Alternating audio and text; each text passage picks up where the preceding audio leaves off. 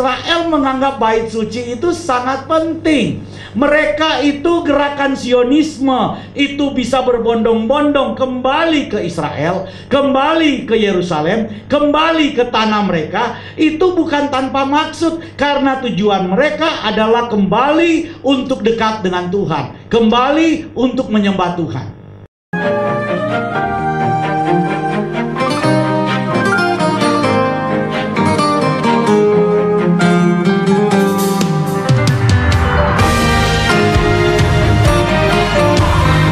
Ini saudara, kita akan berbicara tentang pembangunan bait suci ketiga.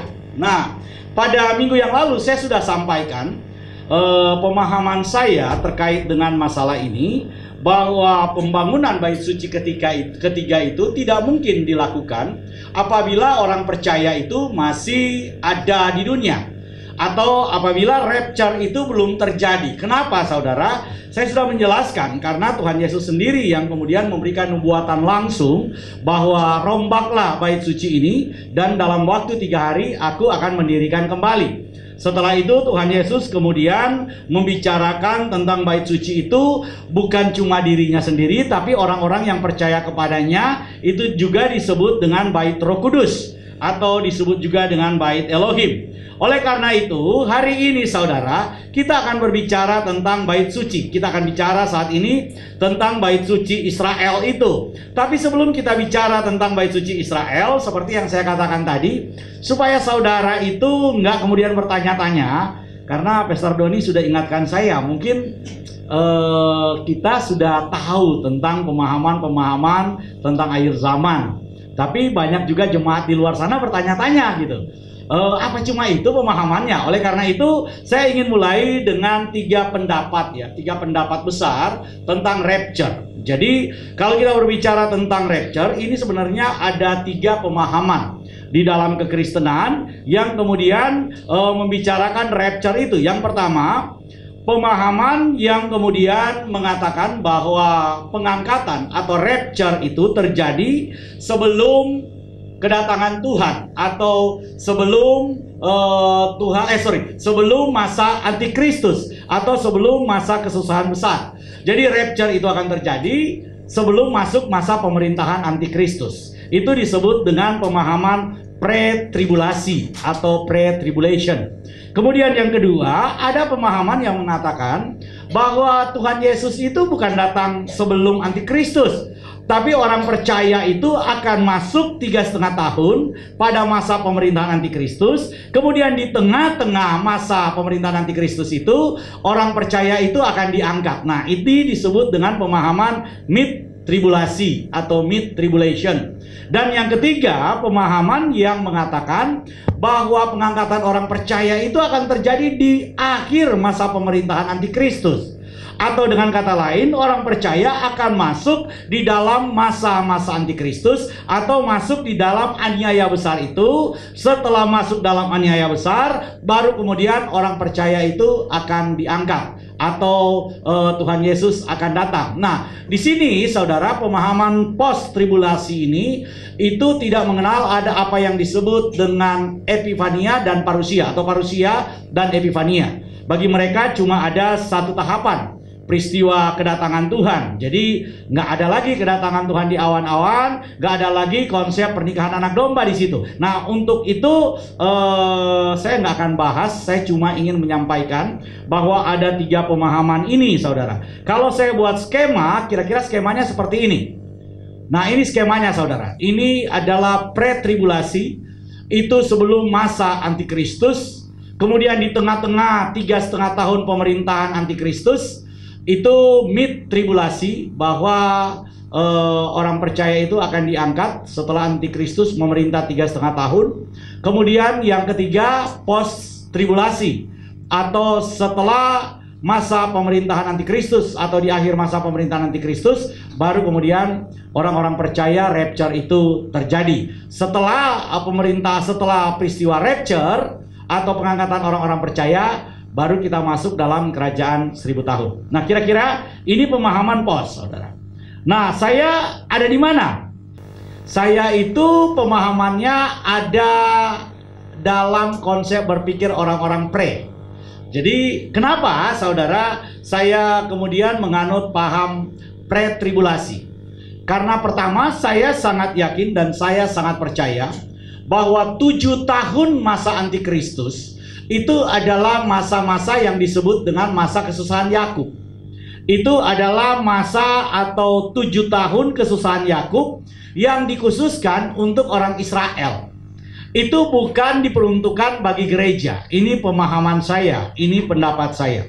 Kenapa saya berpendapat seperti itu? Karena di dalam kitab Nabi Daniel pasal 9 ayat 26, kalau saudara baca, bahwa Israel itu diberi waktu 7 kali 70 masa. Jadi masa Israel itu 70 kali 70 masa. Di akhir dari 7 kali 69 masa, bangsa Israel itu akan menyalibkan orang yang diurapi. Jadi sekali lagi, waktu untuk Israel itu adalah 70 kali 7 masa. Nah, karena 70 kali 7 masa waktunya Israel, maka penggenapan untuk Israel itu harus terjadi dulu. Tapi firman Tuhan kemudian bilang bahwa di akhir dari 7 kali 69 masa akan disalibkan orang yang diurapi. Berarti masih ada sisa 1 kali 7 masa untuk Israel.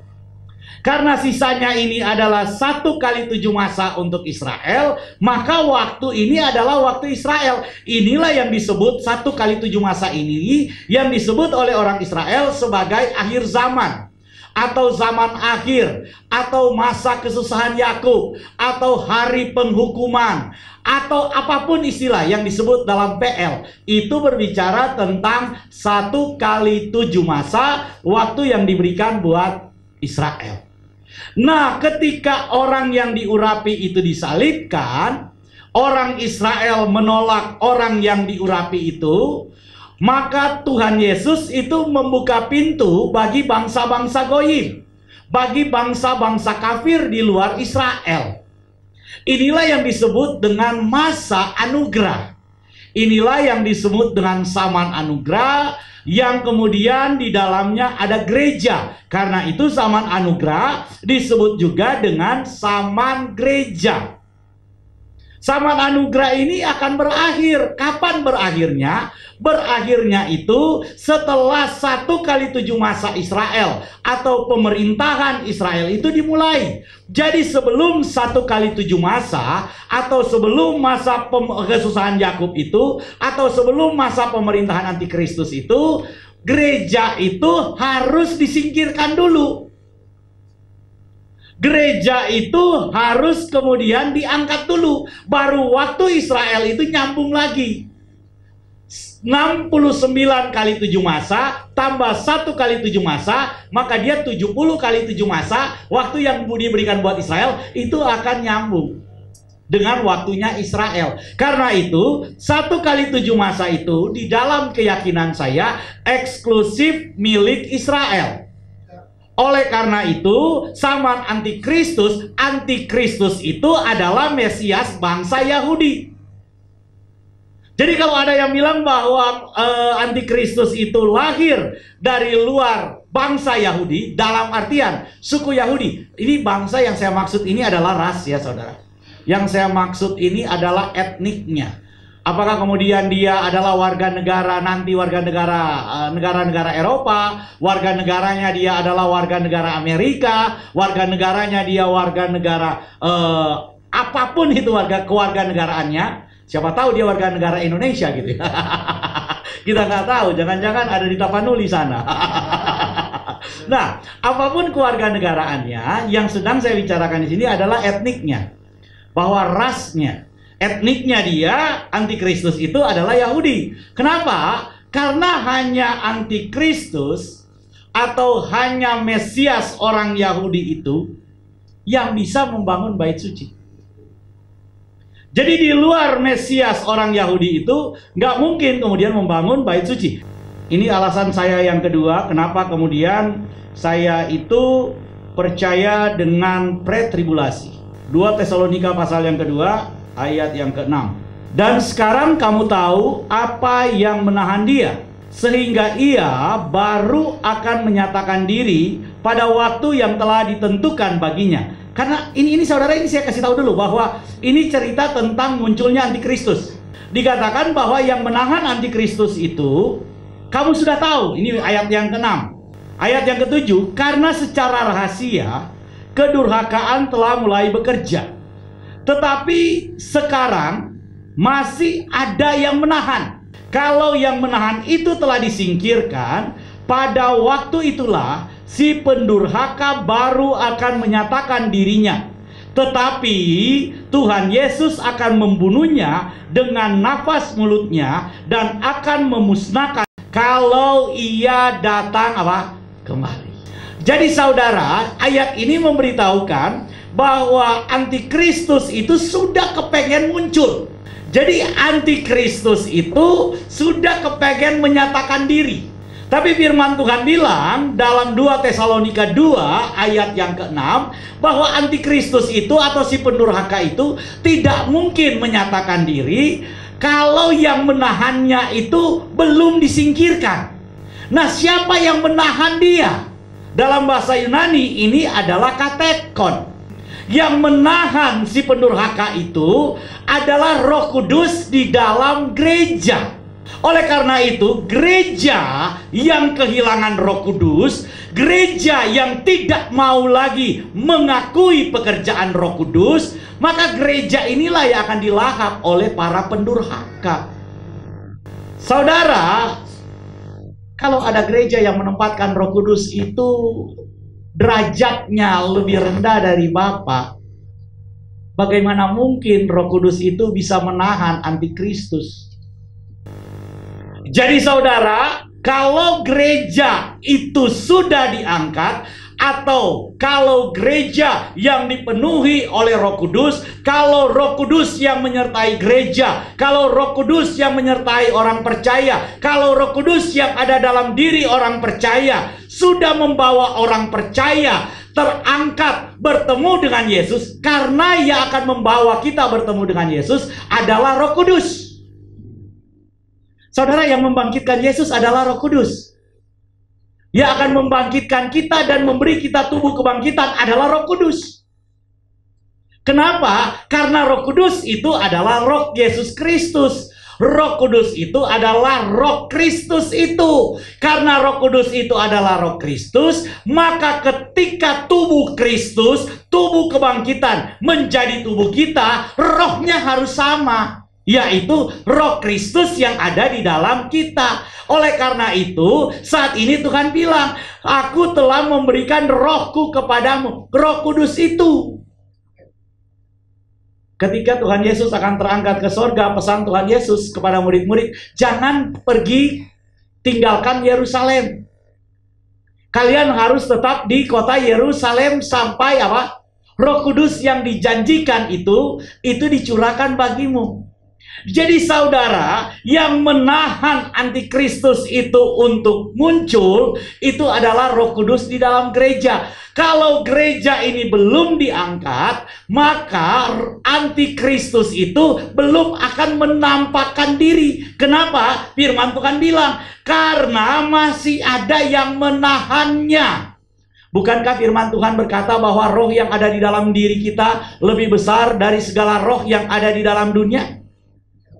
Bukankah roh yang ada di dalam kita itu adalah roh yang mampu menahan segala kuasa yang ada di dalam dunia? Bukankah roh yang ada di dalam kita adalah Roh Kristus itu sendiri yang mampu kemudian menahan segala masalah yang saudara sedang hadapi ini? Bukankah roh itu adalah roh yang sama, yang gak berubah dulu, sekarang, sampai selamanya? Jadi kalau saudara dan saya adalah tempat kediaman dari Roh Kudus, maka saya percaya kita akan mampu menahan antikristus. Jadi kalau ada yang bilang begini, Pak, ini ada orang percaya kerasukan. Nah, ini orang percaya benar atau orang percaya jadi-jadian juga nih orang nih. Bukan ingin mendiskreditkan orang, tetapi begini saudara.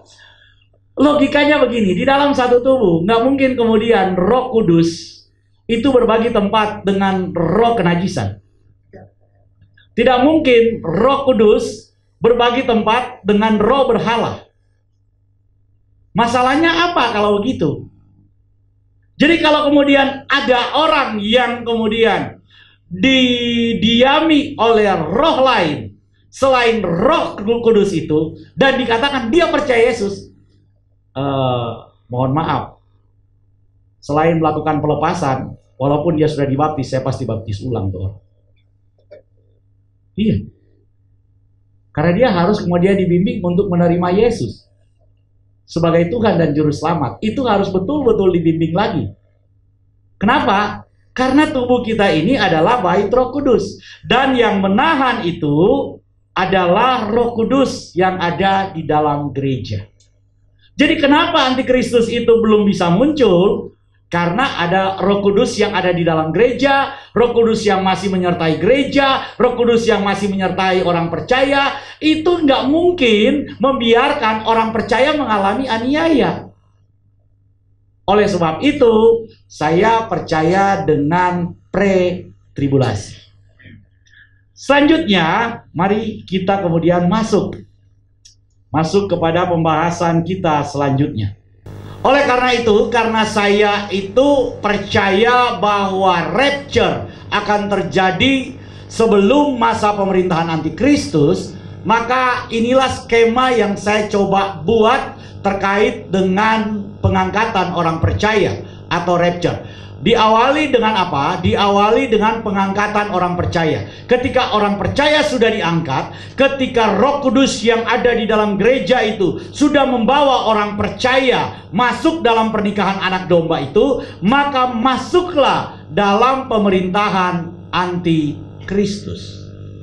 Nah, antikristus akan memerintah selama 7 tahun. Sebenarnya ini akan ada tema khusus. Saya akan bahas tentang antikristus. Tetapi saya akan membahas secara pendek aja. Ini soal timeline soalnya. Jadi 3,5 tahun pertama, antikristus itu akan memulai dengan membangun bait suci dan membawa perdamaian bagi dunia. Ini luar biasa nih tokoh ini. Kenapa? Karena antikristus itu menurut Alkitab, dia akan mendamaikan dunia. Ini menurut Alkitab. Tapi yang disebut dengan kedamaian semu. Jadi antikristus akan membawa perdamaian, tapi perdamaian semu. Bagaimana mungkin ada perdamaian kalau nggak ada perang? Karena itu ada perang kan saudara.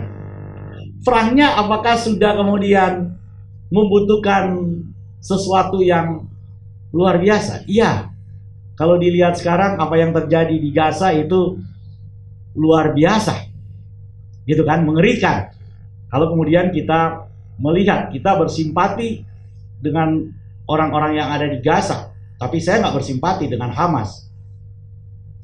Buat saya, Hamas itu menculik orang, membunuh orang, apapun alasannya, itu juga dibunuh warga sipil, ya itu juga teroris. Jadi saya bersimpati dengan warga sipil di Gaza. Tapi saya bukan kemudian membicarakan politik Israel atau membicarakan pro-Israel.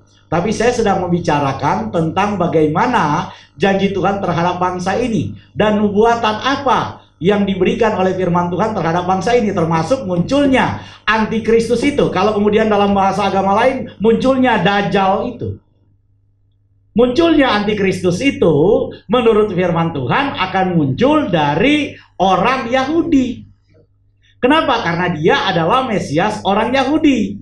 Oleh karena itu 3,5 tahun pertama, jadi antikristus menurut Alkitab akan memerintah selama 7 tahun.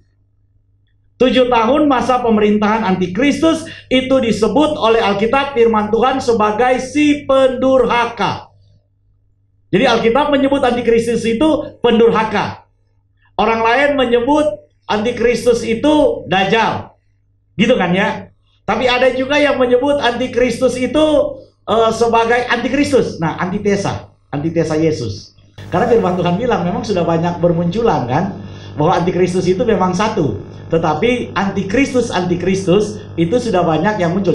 Oke, selanjutnya saudara, setelah 3,5 tahun Antikristus itu berhasil membangun bait suci, maka ketika bait suci itu sudah dibangun, dalam nubuatan Nabi Daniel, Daniel pasal 9 ayat 27 dikatakan bahwa Antikristus itu akan menghentikan korban, akan menghentikan kurban. Ini yang dilakukan oleh Antikristus. Dia akan menghentikan kurban. Dan Tuhan Yesus di dalam Injil, dalam kitab Injil Sinoptik, dia kemudian mengambil mengambil referensi. Tuhan Yesus mengambil referensi apa yang dinubuatkan oleh Nabi Daniel, di mana dikatakan bahwa Tuhan Yesus pendurhaka itu akan kemudian mengotori tempat kudus dan menghentikan kurban. Jadi Tuhan Yesus kemudian membenarkan nubuatan dari Nabi Daniel. Ketika Daniel mengatakan bahwa Antikristus akan menghentikan kurban, pada saat itu bait suci nggak ada. Masa Nabi Daniel ketika mereka dibuang di Babilonia, bait suci Salomo itu sudah dihancurkan oleh Raja Babel. Jadi nggak ada lagi. Tetapi ada nubuatan, kurban itu tetap akan dilakukan. Dan kurban itu dilakukan di bait suci. Apakah yang dimaksud ini adalah bait suci Herodes? Atau bait suci kedua? Nanti kita lihat. Ketika Tuhan Yesus hidup, Tuhan Yesus memberikan nubuatan yang sama di akhir hidupnya. Matius pasal 24 itu, ketika Tuhan Yesus khotbah, Tuhan Yesus memberitahukan dan mengutip apa yang dikatakan oleh Nabi Daniel. Jadi saudara, ternyata ketika Tuhan Yesus mengutip, nggak berapa lama kemudian bait suci itu dihancurkan. Dan belum ada Mesias Yahudi yang hadir masa setelah Yesus sampai bait suci dihancurkan, yang menyatakan diri dia adalah Tuhan. Berarti di bait suci kedua ini pun Antikristus itu belum hadir. Karena di bait suci kedua nggak pernah ada Antikristus yang kemudian berdiri. Pernah, yaitu bukan berdiri mengaku dia Tuhan, bukan. Pernah ada seorang raja yang bernama Antiochos. Dia bukan raja, dia jenderal. Karena itu kota Antioquia dinamakan berdasarkan nama dia, yaitu Antiochos. Antiochos itu mengepung Yerusalem, kemudian dia masuk ke bait suci, dan kemudian dia bawa kepala babi. Nah, ini kalau dibawa di Manado, wah, makan sadap ini. Masalahnya kepala babi ini kan dibawa ke bait suci, dan itu adalah barang haram buat orang Yahudi. Itu membuat bait suci itu menjadi tercemar. Kira-kira begitulah. Tapi dia bukan orang Yahudi yang kemudian berdiri di bait suci dan mengaku dialah Tuhan, dialah Mesias. Enggak. Antiochos enggak melakukan itu. Jadi kalau kita bicara Antiochos enggak masuk. Jadi Antikristus itu akan membangun bait suci dan dia akan kemudian berdiri di bait suci. Setelah dia berdiri di bait suci dan mengatakan bahwa dia adalah Tuhan, itulah yang kemudian oleh Alkitab disebut dengan masa kesusahan yang puncaknya tidak pernah dialami selama dunia ini ada. Ini adalah penganiayaan yang luar biasa. Ini penganiayaan yang nggak bisa dibayangkan, saudara. Ini 3,5 tahun kedua atau 3,5 tahun terakhir dari pemerintahan Antikristus. Nah, setelah itu baru kemudian masuk dalam kerajaan 1000 tahun. Lanjut slide saya. Oke. Sekarang pertanyaannya. Karena tadi kita sudah bicara bahwa bait suci itu akan dibangun oleh Antikristus. Seberapa penting sih bait suci bagi umat Israel? Nah, saya ingin kemudian saudara, ini saya kutip 3 ayat ini. Karena saya yakin saudara itu sudah paham tentang bait suci itu sebagai pusat ritual dari orang Yahudi, di mana dalam kitab Ulangan, dalam kitab Torah, dalam kitab Keluaran, dalam kitab Imamat itu diceritakan bahwa orang-orang Israel itu dalam kemah pertemuan mereka kemudian melakukan ritual-ritual ibadah. Tapi yang saya ingin sampaikan di sini saudara adalah bagaimana bait suci itu begitu penting di hati orang Israel. Ini dari Raja Daud, Mazmur 84 ayat 11 dulu. Sebab lebih baik 1 hari di pelataranmu daripada 1000 hari di tempat lain. lebih baik berdiri di ambang pintu rumah Elohimku daripada diam di kemah orang-orang fasik. Jadi saudara, Daud kemudian coba menggambarkan situasinya. Lebih baik katanya, satu hari ada di pelataran aja. Nggak masuk loh di dalam, cuma di pelataran. Di pelataran bait suci itu aja nilainya menurut Daud sama dengan 1000 hari di tempat lain. Nah ini pembanding yang luar biasa. Jadi buat Daud penting, walaupun cuma sampai di pelataran aja, pelataran bait suci itu penting. Oleh karena itu saudara, kenapa orang Israel sampai hari ini mereka ada di tembok ratapan itu? Tembok ratapan itu bukan bait suci loh. Itu pelataran luar, sudah di pelataran luarnya, di luar tembok. Tapi buat mereka, orang Israel itu ketika ada di tembok ratapan itu, kalau saudara pernah ke Israel, mudah-mudahan yang dengar program ini banyak yang sudah ke Israel ya. Karena mau ke Israel sekarang susah. Oh belum Pak, belum Pak. Kirain Bapak bawa tur ke Israel. Nanti biar bawa tur Pak Doni dan rombongan. Jadi saudara, kalau kita ke Israel, di tembok barat itu, orang Yahudi itu kemudian mereka baca Torah. Saudara mau masuk ke situ, kalau kita ya bukan orang Yahudi, mau masuk ke situ harus pakai kippah. Harus pakai kippah, saudara. Nah, kita masuk pakai kippah supaya menghormati. Tapi ada di tempat lain harus buka topi. Nah, nggak boleh pakai topi. Ada. Jadi ada tempat yang harus pakai kippah kalau ke sana. Ada tempat yang harus pakai kippah, ada tempat juga yang harus buka topi. Nggak boleh pakai kippah, nggak boleh pakai topi, nggak boleh begitu-begitu. Harus sopan, saudara. Nah, ketika saudara ada di tembok barat itu, orang melihat orang Israel, mereka itu berdoa. Mereka berdoa. Kenapa mereka berdoa di situ? Kemudian di tembok-tembok itu, saudara lihat, mereka akan masukin surat-surat yang mereka gulung, kertas yang mereka gulung. Kenapa? Karena ini katanya. Jadi kalau misalnya ada saudaranya yang lagi ada di mana di Brazil, yang ada di Amerika Latin, atau kemudian yang ada di Amerika nggak bisa kemudian datang ke Yerusalem, mereka titip. Jadi titip kertas yang ditulis pokok doanya. Kemudian itu digulung, dicolokin di tembok itu. Kenapa? Karena menurut mereka itu tempat yang paling dekat dengan bait suci. Dengan dasar ayat ini, di pelatarannya aja itu bernilai 1000 kali dari kalau mereka ada di tempat lain. Saudara, ketika bait suci itu ada, buat orang Israel, itu setiap kali perayaan-perayaan penting agama Yahudi, itu mereka harus yang disebut dengan Hagiga itu. Mereka harus Hajj kalau dalam bahasa Arab itu. Jadi Israel itu melakukan haji. Kalau kita baca misalnya cerita waktu penyaliban Yesus, itu ada Simon orang Kirene. Nah, Kirene itu adalah Libya sekarang. Jadi Simon ini dari Libya. Ya, dari Libya, kemudian datang karena ada perayaan Paskah. Ada perayaan Pentakosta. Biasa kalau orang Yahudi itu 3 hari raya itu, kalau mereka dari negeri yang jauh, kayak itu Simon orang Kirene itu, dari Kirene, dari Libya, dia datang saudara ke Yerusalem untuk kemudian melakukan kurban, itu tiap tahun itu.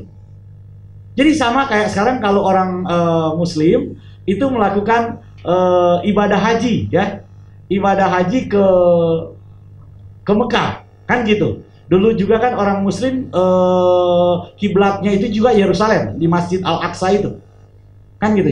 Jadi sebenarnya ini Yerusalem ini memang memiliki tempat yang penting. Nanti kita akan lihat, saudara, posisi Yerusalem itu sekarang. Jadi ketika orang Israel itu melakukan ritual-ritual keagamaan mereka itu harus kembali ke Yerusalem walaupun mereka jauh. Mereka jauh. Karena itu kiblat Yahudi itu adalah Yerusalem. Yerusalem itu memiliki posisi yang sangat penting. Bukan Yerusalemnya, tapi bait sucinya. Jadi ketika misalnya suku Dan itu berusaha memindahkan tempat ibadah, itu kena kutuk loh. Itu kena kutuk. Karena memang cuma boleh di Yerusalem. Di bukit bait suci itu. Yerusalem pun nggak boleh sembarang tempat.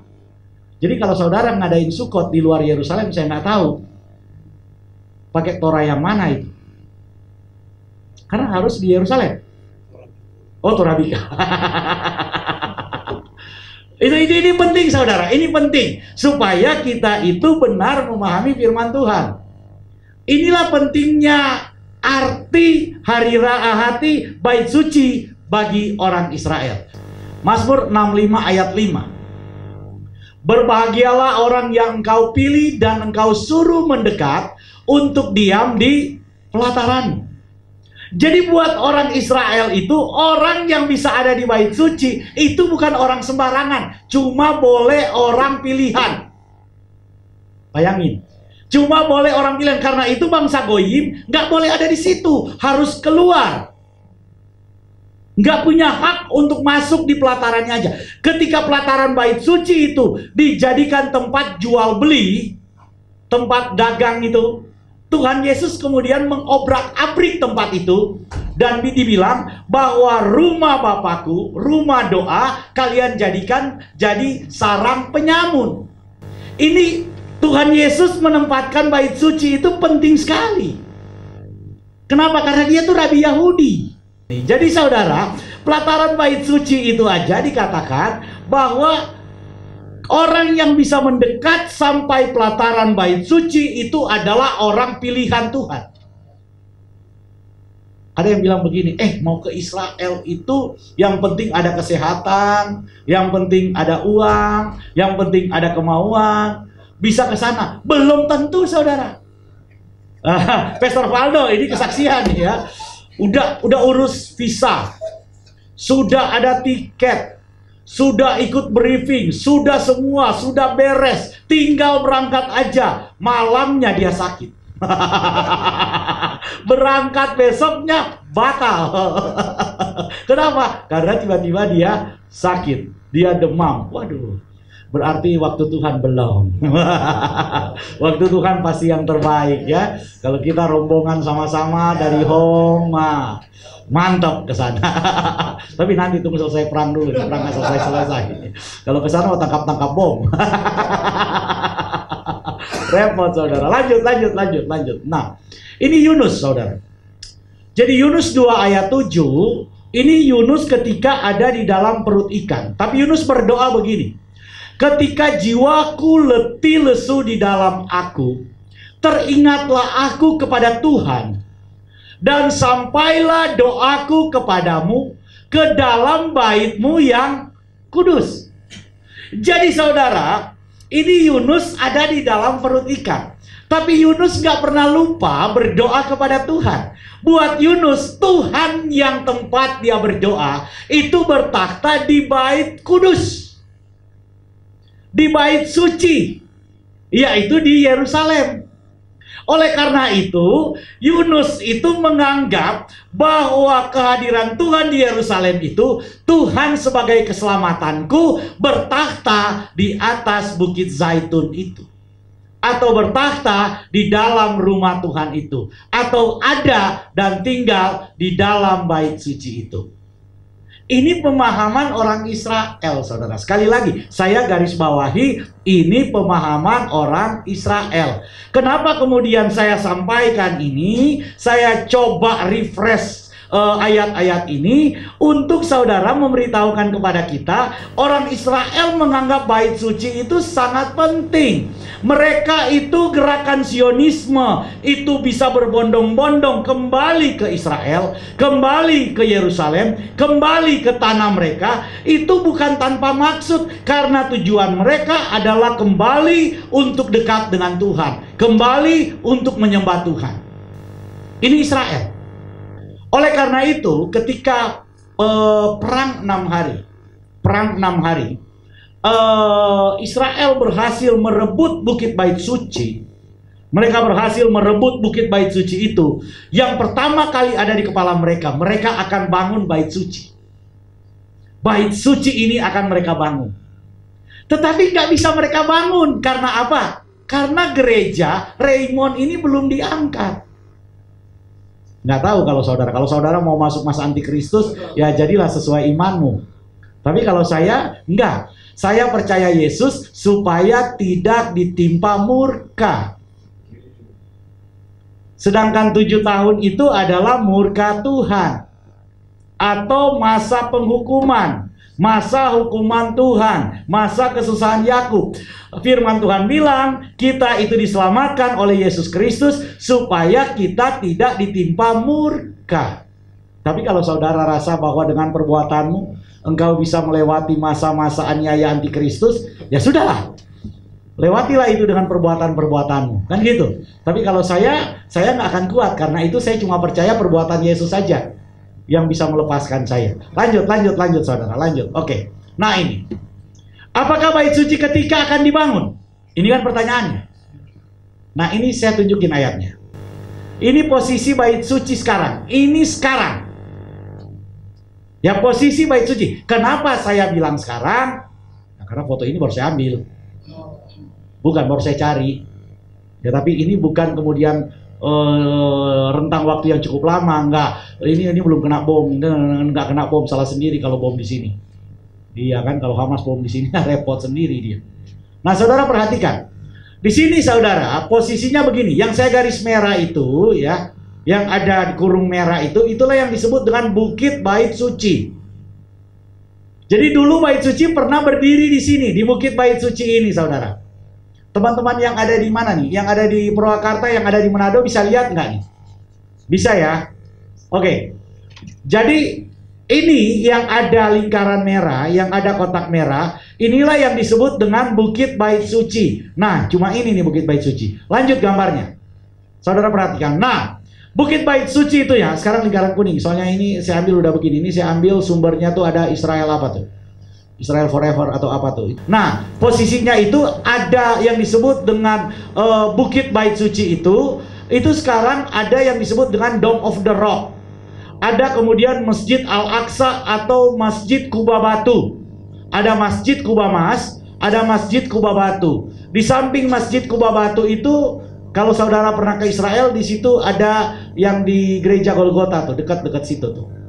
Nah, kemudian di situ ada yang dibilang Western Wall itu, atau biasa orang sebut sebagai tembok ratapan. Itu kan kelihatan ya. Itu di luar, bukan di dalam Bukit Bait Suci. Orang Israel menganggap kalau mereka ada di tembok itu, mereka udah paling dekat. Kemudian selanjutnya di situ ada yang disebut dengan Eret Israel. Eret Israel itu adalah tanah Israel. Lanjut slide-nya. Nah, kalau dilihat dari jauh, inilah posisi dari Bukit Bait Suci. Saudara bisa lihat itu kan ada tembok-tembok ya. Tembok-tembok itu, nah itu Bukit Bait Suci. Sekarang Bukit Bait Suci itu sudah banyak kuburan. Itu kuburan-kuburan tuh. Yang di samping tembok itu ada kuburan-kuburan. Itu ada kuburan-kuburan orang-orang Turki di situ. Ya, itu kuburan-kuburannya. Nah, itu ada gerbang. Bisa lihat ya. Nah, ini gerbang yang disebut dengan gerbang indah atau gerbang Golden Gate. Ini view-nya ini dari east, dari timur. Kita baca dulu Matius 24 ayat 15. Apakah bait suci itu akan dibangun? Kita baca. Ini apa yang dikatakan oleh Tuhan Yesus yang saya bilang tadi dalam Injil Matius. Matius 24 ayat 15. Jadi apabila kamu melihat pembinasa keji berdiri di tempat kudus. Jadi pembinasa keji berdiri di bait suci menurut firman yang disampaikan oleh Nabi Daniel. Jadi Yesus Kristus itu bicara bahwa pembinasa keji itu atau antikristus itu akan berdiri di tempat kudus. Tempat kudus itu siapa? Apa maksudnya? Tempat kudus itu adalah bait suci. Kita lihat nubuatan Nabi Danielnya. Karena Tuhan Yesus menyebut Nabi Daniel. Ya. Daniel 9 ayat 27. Raja itu akan membuat perjanjian itu menjadi berat bagi banyak orang selama 1 kali berapa masa? 7 masa.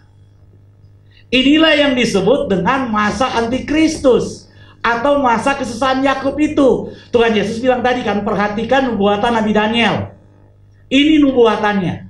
Bahwa raja itu atau antikristus itu atau pembinasa keji itu atau si pendurhaka itu akan buat perjanjian selama 1 kali 7 masa yang saya sudah jelaskan tadi, dibagi 3,5 masa pertama dan 3,5 masa yang kedua. Tapi itu nanti kita bahas pada saat munculnya antikristus. Pada pertengahan 7 masa itu, ia akan menghentikan kurban sembelihan dan kurban santapan. Jadi dari nubuatan ini menunjukkan bahwa bait suci itu akan ada. Pada waktu Nabi Daniel menulis nubuatan ini, sudah nggak ada bait suci. Sudah dihancurkan bait suci di Yerusalem, bait suci Salomo, bait suci pertama sudah dihancurkan oleh Babel. Karena itu nggak ada lagi. Lanjut ayatnya. Ini sekarang perjanjian baru. 2 Tesalonika 2 ayat 3 sampai 4. Janganlah kamu memberi dirimu disesatkan orang dengan cara yang bagaimanapun juga. Sebab sebelum hari itu, hari apa saudara? Hari Epifania itu, bukan hari parusia loh ya. Sebelum hari Tuhan menginjakkan kaki di bumi dan menghembuskan nafasnya menghancurkan antikristus, sebelum hari di mana perang Armageddon itu berakhir, sebelum hari itu, kata firman Tuhan, harus datang dahulu apa? Murtad. Jadi sebelum hari Tuhan Yesus menginjakkan kaki di bumi dan membangun kerajaan 1000 tahun, firman Tuhan bilang harus ada murtad dulu, harus ada antikristus dulu. Nah, terus dan haruslah dinyatakan dahulu manusia durhaka yang harus apa? Binasa, yaitu lawan meninggikan diri di atas segala yang disebut atau yang disembah sebagai ilah, bahkan ia duduk di bait Elohim dan menyatakan diri sebagai Elohim. Jadi saudara, bait suci itu harus ada dulu. Bagaimana mungkin antikristus akan berdiri di atas bait suci kalau nggak ada bait suci? Iya kan? Dia bukan sedang bikin AI gitu ya. Dia bikin AI gitu kan. Bukan AI tiba-tiba ada dia berdiri. Enggak, ini benar-benar bait suci itu akan berdiri. Lanjut. Ini nubuatan dari Nabi Rasul Yohanes. Demikian firman Tuhan. Wahyu 11 ayat 1 sampai 2. Kemudian diberikanlah kepadaku sebatang bulu seperti tongkat pengukur rupanya, dengan kata-kata yang berikut. Bangunlah dan ukurlah bait suci Elohim dan mesbah dan mereka yang beribadah di dalamnya. Tetapi kecualikan pelataran bait suci yang di sebelah luar. Janganlah engkau mengukurnya, karena ia telah diberikan kepada bangsa-bangsa lain, dan mereka akan menginjak-injak kota suci 42 bulan lamanya. Jadi saudara, firman Tuhan bilang bangunlah dan ukurlah bait suci. Berarti bait suci itu akan dibangun. Ketika firman Tuhan berkata akan ada bait suci, akan dibangun bait suci, pasti bait suci dibangun. Nggak mungkin nggak. Tuhan Yesus bilang, dunia, langit, dan bumi ini akan lenyap, tetapi firmanku tinggal tetap. Ini kata Tuhan Yesus. Lanjut saudara, lanjut. Nah kita lihat sekarang. Sekarang kalau kemudian kita mau membangun bait suci, itu pembangunan seperti apa? Ini saya coba ambil, mohon maaf gambarnya ini sedikit pecah, karena saya juga cuma ambil di buku yang saya baca saudara. Nah ini perbandingan bait suci pertama Salomo dan bait suci kedua atau bait suci Herodes. Firman Tuhan pernah berkata bahwa bait suci yang dihancurkan itu akan dibangun kembali, di mana kekayaan bangsa-bangsa akan dibawa ke dalam bait suci itu, dan kemegahannya akan lebih besar daripada kemegahan yang ada sebelumnya. Itu nubuatan dalam kitab Yoel. Kemegahan bait suci kedua melebihi kemegahan bait suci yang pertama. Karena itu kalau saudara lihat yang garis hijau itu adalah luas dari bait suci Salomo. Sedangkan yang biru itu adalah luas dari bait sucinya Herodes. Saudara, menurut Josephus Flavius, bait suci Herodes itu luasnya sekitar 600 kali 600 feet. 600 kali 600 feet. Jadi kalau kemudian 600 kali 600 feet, saya sudah hitung kira-kira 183 meter kali 183 meter. Luas bait sucinya. Ulang ya. Luas bait sucinya. Yang dimaksud itu apa? Tolong mundur slide saya. Nah, yang dimaksud itu yang bait sucinya aja nih. Yang dimaksud itu yang ininya aja. Dari sini sampai sini, situ sampai situ. Nah, inilah yang disebut dengan bait sucinya Salomo. Ini yang disebut bait suci ini. Jadi bait suci bukan sampai di sini. Ini gudang, saudara. Saudara jangan salah. Ini gudang penyimpanan sama Herodes. Bulog. Jadi simpan barang-barang tuh di situ tuh. Nah, ini bait sucinya, saudara. Jadi ini nih ya. Jadi kalau kita bicara bait suci, yang kita bicarakan ini. Luasnya ini. Gitu ya. Jadi jangan bicara bait suci, oh dari sini. Enggak, bukan itu. Yang dimaksud bait sucinya ini. Oke. Jadi menurut Josephus Flavius, luas bait suci itu 600 feet kali 600 feet atau sekitar 183 meter kurang lebih ya, kali 183 meter. Nah, saudara, 5 teori yang ada sekarang tentang letak lokasi bait suci kedua dan ketiga. Teori yang pertama mengatakan bait suci Salomo dan bait suci Herodes itu lokasinya tepat ada di bawah Masjid Dome of the Rock. Oke, ini adalah teori yang paling banyak. Jadi banyak orang yang kemudian ahli mengatakan bahwa bait suci itu ada di bawah Masjid Dome of the Rock. Karena itu kalau mau bangun bait suci harus dihancurin. Nah, ini perang dunia ini. Ini nggak bisa ini. Karena buat orang Muslim di seluruh dunia ini adalah situs yang sangat sakral. Karena Nabi Muhammad waktu itu Isra Miraj. Peristiwa Isra Miraj itu dari masjid ini ke langit ketujuh ya. Oke. Nah, teori yang kedua, lokasi bait suci itu ada di Dome of Spirit. Nah, itu saudara, bisa lihat yang kecil ya. Dome of Spirit yang nomor 2 tuh, nomor 2. Nomor 2. Ya, nomor 2. Itu nomor 2. Tahu ya, nomor 2. Ya udah, saudara. Itu nomor 2 itu Dome of Spirit. Nah, teori yang kedua ini mengatakan bahwa area lokasi bait suci Salomo dan bait suci kedua itu bait suci Herodes itu letaknya itu di sebelah utara Dome of the Rock, tepatnya di Dome of Spirit. Kenapa? Karena Dome of Spirit ini garis lurus, kalau digaris itu sejajar dengan Golden Gate.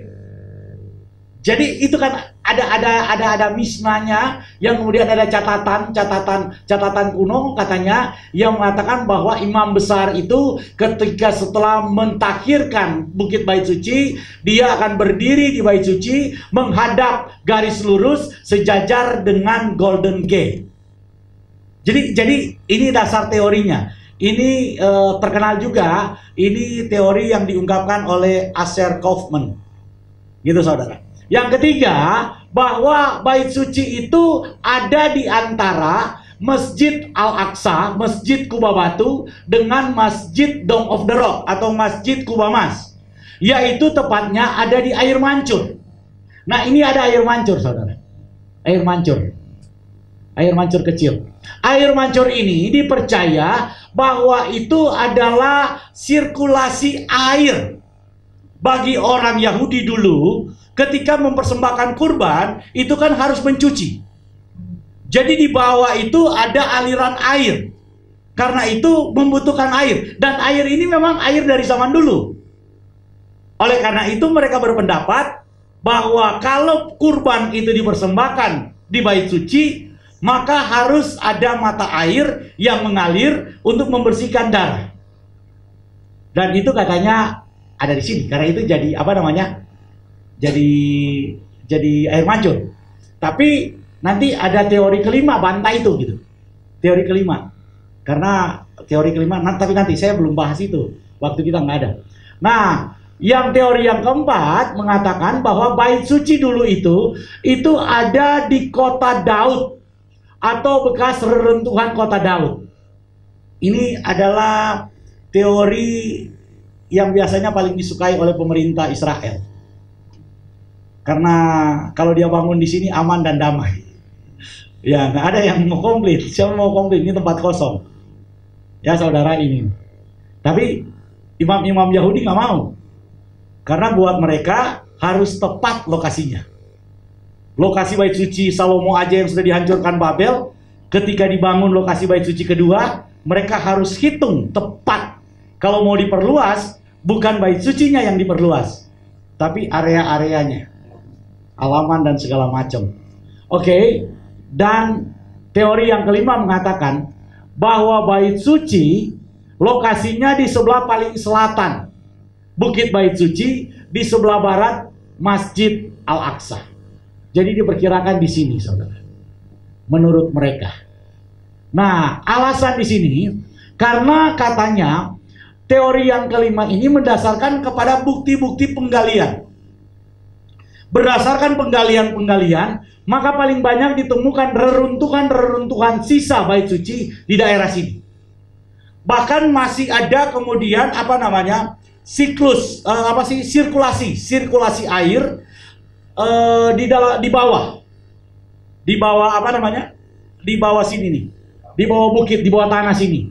Jadi mereka kemudian mengatakan bahwa ini adalah tempat paling ujung bukit bait suci. Untuk apa? Untuk kemudian membuang kotoran-kotoran dari bait suci dan membuang darah dari kurban yang kemudian ketika itu disembelih. Karena ini tempat paling luar menurut mereka. Jadi inilah 5 teori. Teori yang benar yang mana? Kalau saya hanya percaya satu teori, yaitu teori yang dikatakan oleh firman Tuhan. Apa teori yang dikatakan oleh firman Tuhan? Kita akan bahas minggu yang akan datang.